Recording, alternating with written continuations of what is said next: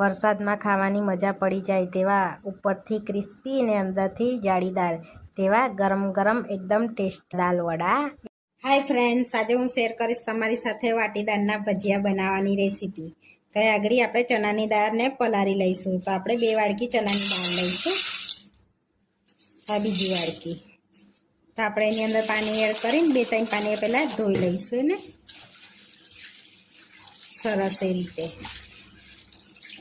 હવે 2-3 પાણી આપણે ધોઈ લીધી છે. હવે આપણે એની અંદર ઠંડુ પાણી એડ કરી લઈશું. તો અહીંયા નોર્મલ ઠંડુ પાણી આપણે લેવાનું છે કે ગરમ કરીને એડ કરવાનું, એ રીતનું નહીં. તો આપણે 3 થી 4 કલાક દાળને પલળવા દઈશું. હવે 3 થી 4 કલાક થઈ ગયા છે. તો હવે આપણે દાળ જોઈ લઈશું. તો સરસ એવી દાળ પલળી ગઈ છે. હવે દાળમાંથી આપણે બધું પાણી કાઢી લઈશું. હવે દાળમાંથી બધું પાણી કાઢી લીધું છે આપણે. હવે દાળને મિક્સરમાં એડ કરી દઈશું અને પીસી લેવાની છે દાળને આપણે. તો આપણે અહીંયા પાણી વગર પહેલાં દાળને પીસીશું. દાળ પીસીએ ને એમાં જ લસણ લઈ લેવાનું છે. તો આપણે 2 ચમચી જેવું લસણ લઈશું, જેથી લસણનો ટેસ્ટ સારો આવે. હવે આપણે પીસી લઈશું દાળને. હવે આપણે ચેક કરી લઈશું. તો જોઈ શકો છો આપણી એકદમ સરસ એવી દાળ પીસાઈ ગઈ છે. તો બહુ આપણે નહીં પીસી રહેવાની, આ રીતની કકરી રાખવાની છે થોડી. એટલે પાણીનો ઉપયોગ તમને લાગે કે કરવા જેવો છે તો કરવાનો, નહીં તો પાણી વગર જ પીસી લેવાની આપણે દાળને. હવે દાળને આપણે બાઉલમાં લઈ લઈશું અને આ રીતે બીજી બી પીસી લઈશું દાળને. તો આપણે સરસ એવું ખીરું પીસાઈ ગયું છે, જોઈ શકો છો. આ રીતનું આપણે ખીરું પીસી લેવાનું છે. તો આપણે બધું ખીરું પીસી લીધું છે. હવે આપણે એમાં મસાલો કરીશું. તો અહીંયા આગળ ગોળ કટ કરેલા લીલા મરચાં લીધા છે આપણે. આ ગોળ કટ કરેલા મરચાં તીખા નથી એટલે આપણે તીખા મરચાં લઈએ છીએ 1 ચમચી. હવે એમાં સ્વાદ પ્રમાણે મીઠું એડ કરીશું આપણે. આદુ છીનીને એડ કરી દઈશું અંદર. તમે વાટવામાં બી લઈ શકો છો. મેં વાટવામાં ભૂલી ગઈ ને એટલે છીનીને એડ કરી દઉં છું આ રીતે. હવે આપણે બધું મિક્સ કરી લઈશું આ રીતે અને 5 મિનિટ એને સરસ ફેટી લઈશું. સરસ 5 મિનિટ ફેટી લેવાનું છે ને એક જ ડાયરેક્શનમાં આ રીતે, એટલે અંદર હવાના કણ ભરાય. અંદર તમને એવું લાગે કે ખીરું ઢીલું થઈ ગયું છે તો અંદર 2 થી 3 ચમચી બેસન એડ કરી દેવાનું. 5 મિનિટ થઈ ગયું છે અને સરસ ખીરું ફેટી લીધું છે. હવે આપણે એને રેસ્ટ આપીશું.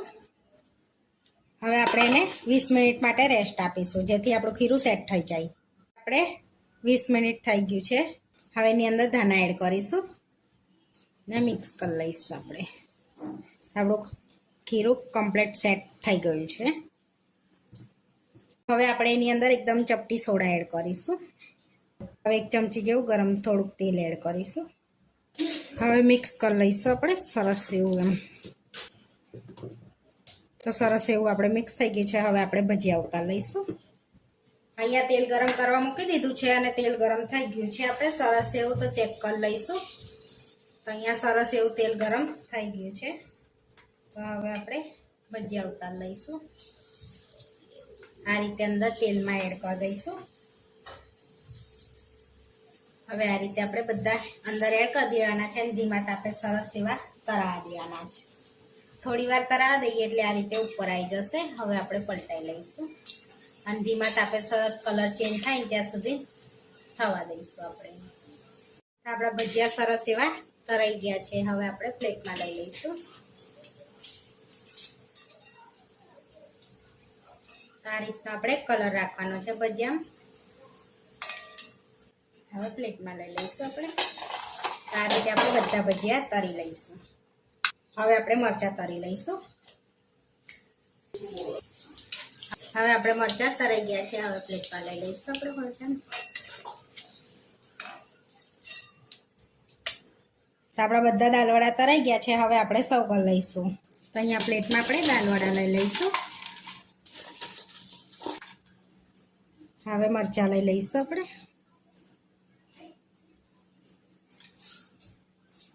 હવે ડુંગળી લઈ લઈશું આપણે. અહીંયા આપણે કઢી લઈ લઈશું. ચટણી બનાવી છે તે ચટણી લઈ લઈશું. ચટણીની રેસીપી આગળ શેર કરેલી જ છે એટલે ચટણી લઈ લઈશું આપણે. તો આપણા દાલવડા બનીને રેડી થઈ ગયા છે. આવા વિડીયો જોવા માટે મારી ચેનલને સબસ્ક્રાઈબ કરો, લાઈક કરો અને શેર કરો અને તમે જરૂરથી ટ્રાય કરો. ફરી મળીશું નવા વિડીયોમાં અને કોમેન્ટ કરીને જરૂરથી જણાવજો કે તમને આ મારી રેસીપી કેવી લાગી.